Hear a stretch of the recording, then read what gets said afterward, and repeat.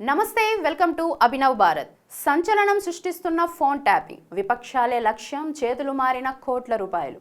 తెలంగాణ రాష్ట్రంలో phone tapping కేసులు సంచలనాన్ని సృష్టించిన సంగతి మనకు తెలిసిందే. తాజాగా ఈ కేసులో నిందితుడైన ఇంటెలిజెన్స్ అడిషనల్ ఎస్పీ భుజంగరావు తన వాంగ్మూలంలో మరిన్ని సంచలన విషయాలను బయటపెట్టినట్లు తెలుస్తోంది. భుజంగరావు దర్యాప్తు బృందం అడిగిన ప్రశ్నలకు సమాధానం చెబుతూ భారత రాష్ట్ర సమితికి వ్యతిరేకంగా పనిచేసే వ్యక్తుల ఫోన్లను ట్యాప్ చేశాం. ఈ పనిలో మాజీ డీఎస్పీ ప్రణీత్ రావు సహకరించారు. భారతీయ జనతా పార్టీ, కాంగ్రెస్ పార్టీకి డబ్బులను సమకూర్చే వారి ఫోన్లను సైతం ట్యాప్ చేశాం. బీఆర్ఎస్ పార్టీలో ఉంటూనే పార్టీకి వ్యతిరేకంగా మాట్లాడే వారి మొబైల్స్ను ఎస్ఓటీ, టాస్క్ ఫోర్స్ హెల్ప్తో ట్యాప్ కూడా చేశామని వెల్లడించారు. విపక్ష నేతలు, వారి కుటుంబ సభ్యులు, స్టూడెంట్ లీడర్స్, జర్నలిస్టుల ఫోన్లను కూడా ట్యాప్ చేయవలసి వచ్చింది అని కూడా వెల్లడించడం విశేషం. జీహెచ్ఎంసీ ఎలక్షన్లతో పాటు మరో 3 ఉప ఎన్నికల సమయంలో కూడా ఫోన్ ట్యాపింగ్లకు పాల్పడినట్లు భుజంగరావు తెలిపారు. బీఆర్ఎస్ పార్టీని మళ్లీ అధికారంలోకి తేవడానికి ప్రయత్నించాం. వారి ఆదేశాలతో టాస్క్ ఫోర్స్ వాహనాల్లో డబ్బులు కూడా తీసుకెళ్లాం.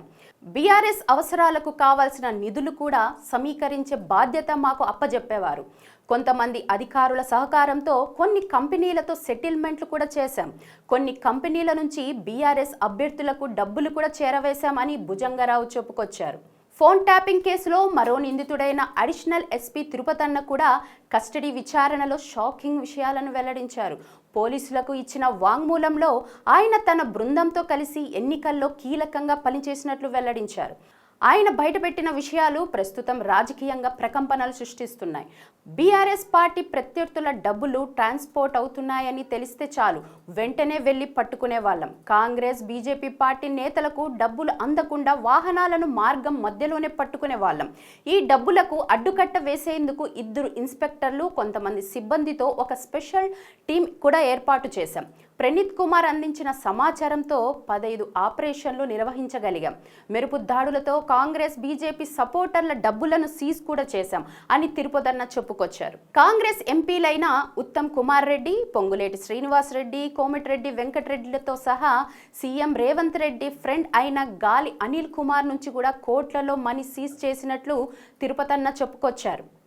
కామారెడ్డి బై ఎలక్షన్ సమయంలో స్పెషల్ టీంను హైర్ చేసుకొని రేవంత్ రెడ్డి బ్రదర్ కొండల్ రెడ్డితో సహా బీజేపీ లీడర్ వెంకటరమణ రెడ్డిపై సర్వైలెన్స్ ఉంచామని అన్నారు. టోటల్గా 300 మంది ఫోన్లు ట్యాప్ చేయడం ద్వారా కీలకమైన ఇన్ఫర్మేషన్ తెలుసుకోగలిగామని చెప్పుకొచ్చారు. ఆ సమాచారాన్ని ఉన్నతాధికారులకు చేరవేశామని తెలిపారు. ఈ ఫోన్ ట్యాపింగ్ సమాచారంతో కొల్లూరులో రేవంత్ రెడ్డి ఫ్రెండ్ గాలి అనిల్ కుమార్ వద్ద 90 లక్షలు రెడ్ హ్యాండెడ్గా పట్టుకొని సీజ్ చేయగలిగామని తెలిపారు. కె వినయ్ రెడ్డి నుంచి 1.99 కోట్లు, రాజగోపాల్ రెడ్డి అనుచరుల దగ్గర నుంచి 3.50 కోట్లు, ఉత్తమ్ సహచరుడు గిరిధర్ వద్ద ఉన్న 35 లక్షలు, ఎమ్మెల్యే యశస్విని రెడ్డి అత్త ఝాన్సీ రెడ్డి దగ్గర 90 లక్షలు సీజ్ చేయగలిగామంటే అదంతా ఫోన్ ట్యాపింగ్ ద్వారా అందిన సమాచారం వల్లనే అని వాంగ్మూలంలో తిరుపతన్న బయటపెట్టారు. ఇలా కేసీఆర్ ప్రభుత్వం అధికారం తన చేతిలో ఉందని ఇష్టానుసారంగా ఫోన్ ట్యాపింగ్ చేయించి అధికారంలోకి రావాలని చూసినా అది కుదరలేదు. పైగా ఒక మహానేత, తెలంగాణ సాధించిన యోధుడు అయిన కేసీఆర్ ఇలా పూర్తి స్థాయిలో దిగజారి విపక్షాలను తొక్కిపెట్టడమే లక్ష్యంగా చేసి ఫోన్ ట్యాపింగ్ ఈరోజు సంచలనంగా మారి అతని పతనానికి కారణమవుతూ ఉండడం మనం గమనించాల్సిన విషయం. మరి ఈ ఫోన్ ట్యాపింగ్ విషయంలో మీ అభిప్రాయాన్ని మా అభినవ్ భారత్కి కామెంట్ రూపంలో తెలియచేయండి. నాయకులారా, మీ పనితనం మీ అధినాయకులకు తెలియజేయాలనుకుంటున్నారు. ప్రజలారా, మీ సమస్యలను మీ నాయకులకు తెలియజేయాలనుకుంటున్నారు. ప్రజా సమస్యల పరిష్కార వేదిక మీ అభినవ్ భారత్.